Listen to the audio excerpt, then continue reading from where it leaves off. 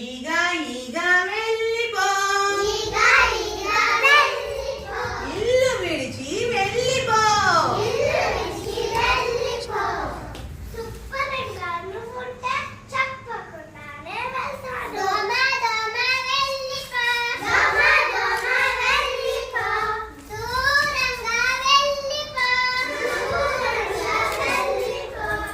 మురుగు నీరు లేకుంటే తిరిగైనా చూడను పో.